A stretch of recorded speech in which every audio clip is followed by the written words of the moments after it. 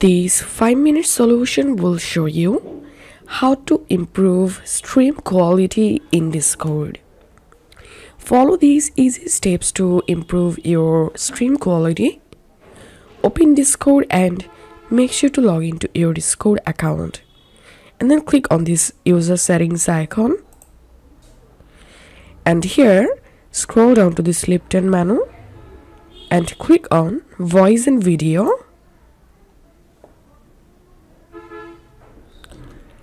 And here you will get input device and output device.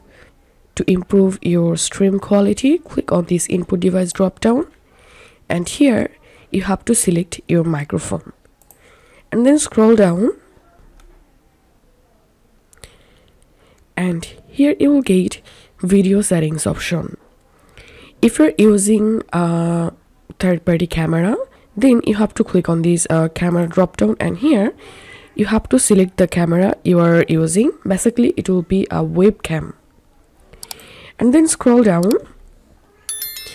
Here you will get noise suppression.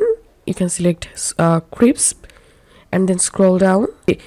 To improve your stream quality, you can disable automatic gain control, and that's it.